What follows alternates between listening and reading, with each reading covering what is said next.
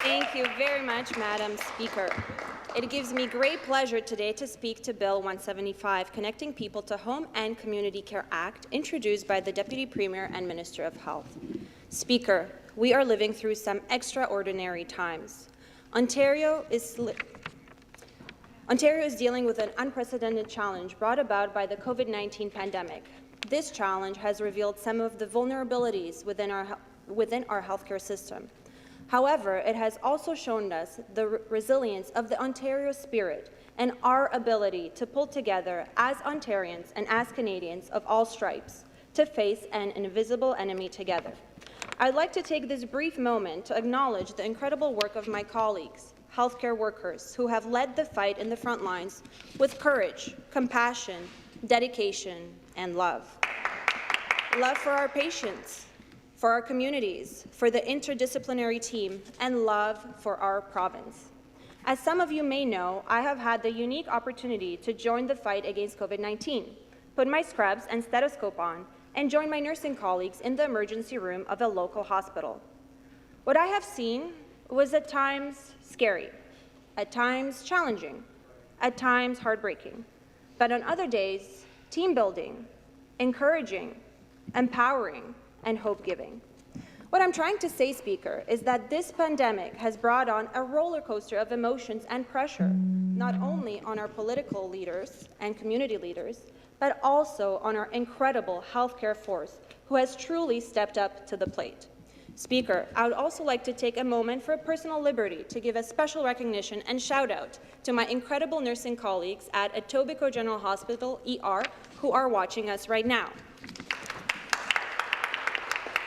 You are all, and continue to be, my rock, my foundation, and my solstice as I faced my own challenges, hardships, and incredibly difficult moments as a nurse fighting in this pandemic. Thank you for your guidance, teaching, and mentorship. Thank you for a listening ear and a shoulder to cry on. Together, we cared for bedridden and confused patients while doing our very best to follow COVID-19 protocols. We conducted Zoom family meetings on tablets for families to say their last goodbyes. We held patients' hands as they took their last breath and played their favorite song on YouTube. We wrapped bodies carefully with dignity and respect. And we wiped off sweat and nurse scratches from underneath all of that PPE. I could not have done this without you, and certainly this province would not be on such an encouraging trajectory as we are today without you. To all healthcare workers in Ontario, I think I speak for all members of this House when I say, from the bottom of our hearts, we owe you a debt of gratitude. Thank you.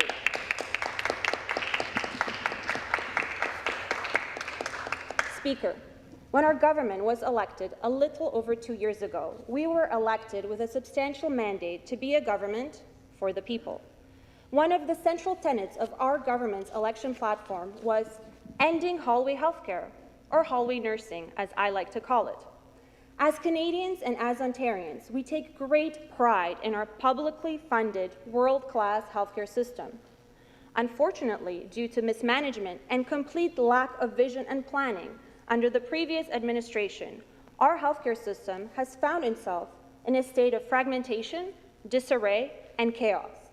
It was failing our patients, and certainly it was failing our healthcare heroes. However, as the Premier likes to say, the puck stops at us. Since day one post-election, our government has remained steadfast and committed to our plan of ending hallway healthcare, transforming and modernizing our healthcare system, as well as respecting the taxpayer dollar by ensuring that every penny has a great ROI. That's return on investment for some of the members listening over there. We knew that this was no small challenge. Ending hallway healthcare would take patience and perseverance, but also courage and vision. That is why so many actions, projects, and bills by the Ministry of Health, the Ministry of Long-Term Care, and across ministries and industries were conceived with that clear vision in mind.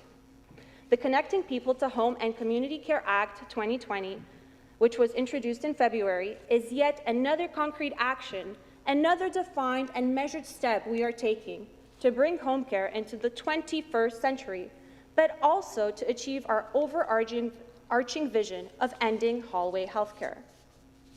This act, if passed, would modernize the existing legislation in the Home Care and Community Services Act 1994, correcting where the existing legislation has not kept pace with modern trends.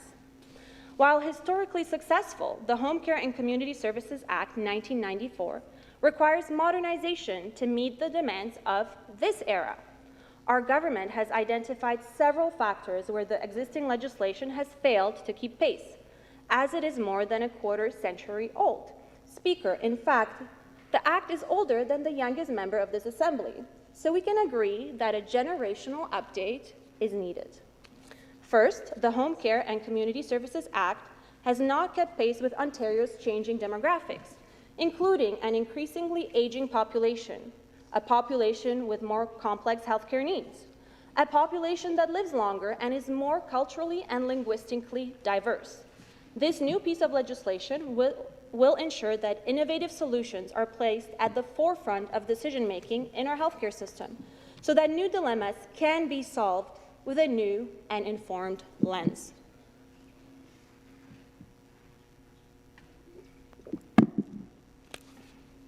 Deuxièmement, la loi sur les soins. Secondly, this act on community care and home care has not reflected changes amongst people who need these home care and community services.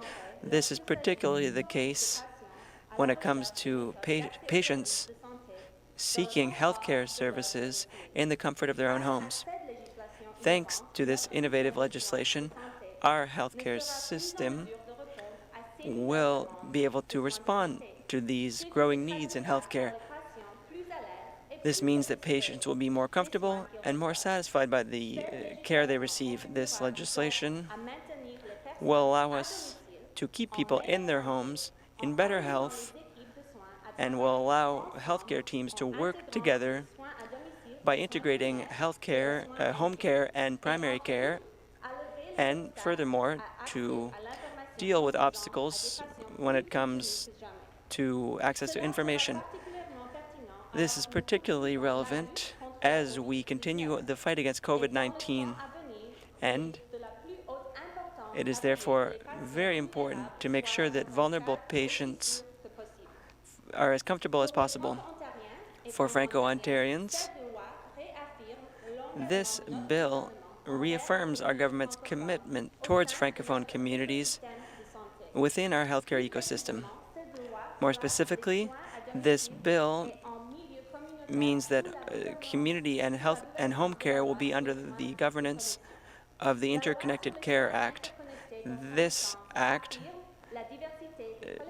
reflects the diversity of different populations in Ontario and the fact that all of these things must be taken into consideration when we plan healthcare services. Ontario Health, along with the Interconnected Care Act, will prioritize engagement with the Francophone community in order to guarantee that services provided meet their needs. Lastly, the Home Care and Community Service Act has been unable to accommodate recent innovations in both healthcare technology and care delivery options. This new piece of legislation, as has been said, will place innovative solutions at the heart of our province's healthcare ecosystem, ensuring care solutions are both flexible and dynamic, able to adapt to changing conditions which our province may endure in the future, and better responds to the needs of patients like Gloria, Ruth, or Grual. Through this act, we also seek to remedy several legislative barriers to making care provisions more flexible and dynamic, thus being more adaptive to patient-oriented care. Some of these barriers include rigidity in allowing patients to make changes to their care. This new act will make it so that care is more coordinated with frontline providers to be more responsive to patients' needs. Another barrier is that care provision has, under current legislation, been siloed, and thus patients have to interact with home care as a separate entity from both primary care and hospital care. Ontario Health teams have called on our government to ensure that home care be embedded into other care settings for a more integrated health experience. Through such an extensive integration, we ensure that our healthcare ecosystem is more able to operate harmoniously through the sum of its individual parts, leading to a more accessible and more efficient healthcare for all that need it. L'adoption de cette nouvelle The passage of this legislation will bring about various tangible advantages, for example, an improved access to home care and community care, whether it's in hospitals, in primary care, or in the community. This bill will allow patients to connect to their healthcare providers via video conference, secure video conference, and this will guarantee that in the near future, when COVID-19 is still a factor, medical expertise will still be available with minimal personal intrusion. This new legislation offers more choice to people with acute needs. It will allow them to better access community care, and it will also guarantee various care options which are better adapted to their needs by allowing healthcare teams to work collaboratively. This bill will mean that treatment plans will be better supervised by healthcare professionals at every step of the way, and Ontarians who may have concerns about their conditions will still be able to access the expertise they require. Ontarians on a treatment plan need to visit a hospital because their care has become so I struggled with this word. So siloed, let's use the word siloed. So there becomes a disconnect between their different medical experts. The entire ecosystem will ensure a more efficient continuity of care. Madam Speaker, I would also like to highlight some of the changes Ontarians can expect with the Connecting People to Home and Community Care Act.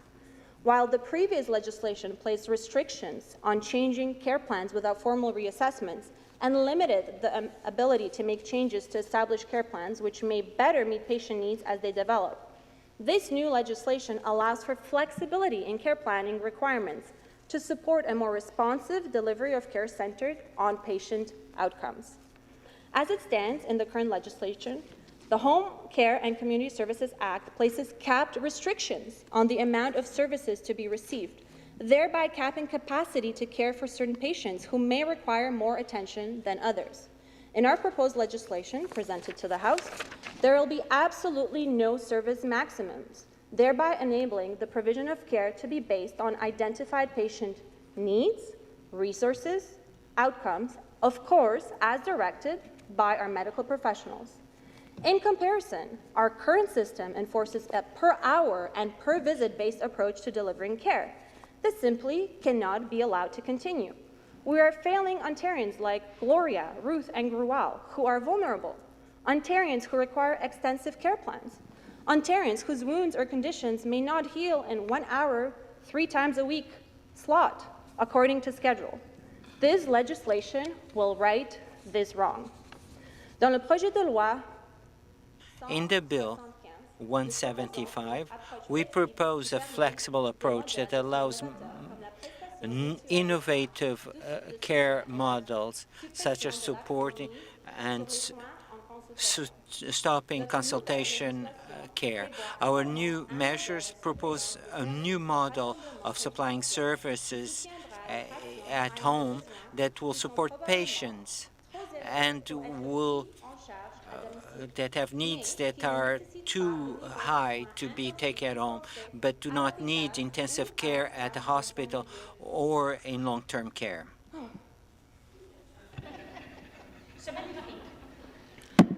Ma professeure Gisèle, je pense qu'elle regarde. My teacher, Giselle, I think she's following me. Many updates to the legislation, there are, of course, numerous elements that will be left unaltered. At the end of the day, as conservatives, our ethos towards governance is to maintain what works, such as the ability to fund Indigenous organizations directly through the Ministry of Health and Long-Term Care Act, which will maintain the nation-to-nation relationship between all parties involved. Other provisions regarding funding clients and families for self-directed care will maintain the restriction limiting oversight of delivery of community services to nonprofit corporations and the requirements for a complaints process. The right to appeal certain decisions to the Health Services Appeal and Review Board will also remain unchanged. We also are maintaining the inclusion of home care in the jurisdiction of the patient ombudsman. The Bill of Rights for Home and Community Care would continue in regulation and updated to reflect the realities of modern home and community care. Madam Speaker, should this new legislation pass, it will make it easier for Ontarians to access home and community care in hospital, primary care, or community settings. Hospitals and primary care settings and others will be able to arrange home care directly for patients instead of referring people to a separate home care organization. Doing so will reduce administration and transition for patients. It will also help patients connect with their care providers through secure video conferencing and remote monitoring devices, something that is absolutely crucial in light of the current pandemic. People with chronic illnesses will be monitored at home, with a nurse checking in as needed. Nurses or therapists can use video conferencing to work with a personal support worker in the home to provide more specialized care. La loi pour connecter connecting people to care will offer more choices to patients that have higher needs in terms of care to be able to have it in community care.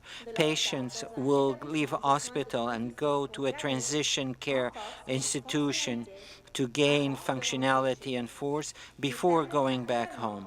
It will allow also to care teams to work together to support patients. It will allow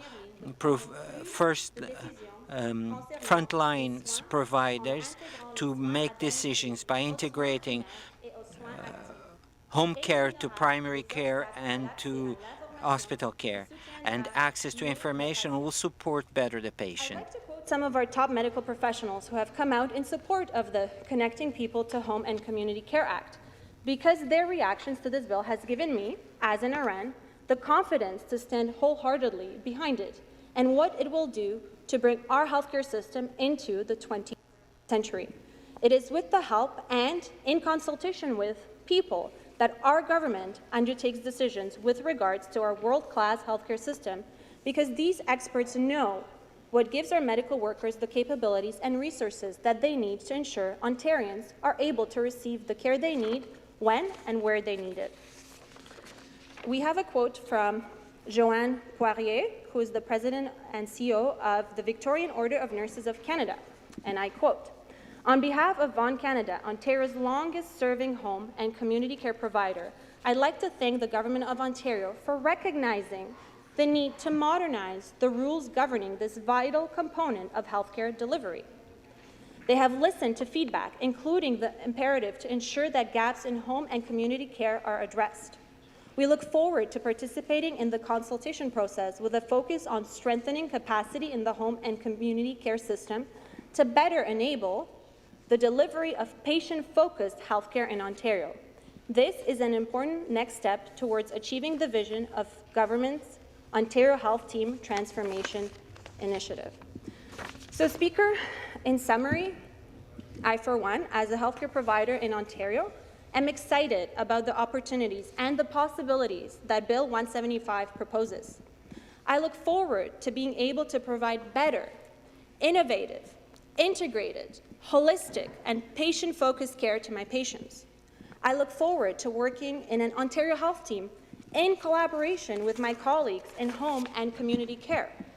I look forward to having access to virtual platforms and shared patient health information.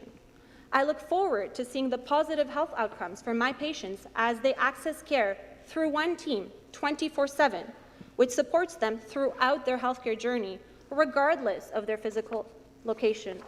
And finally, Speaker, I look forward to the day in the hopefully not-so-distant future where hallway healthcare in Ontario is a thing of the past. Thank you.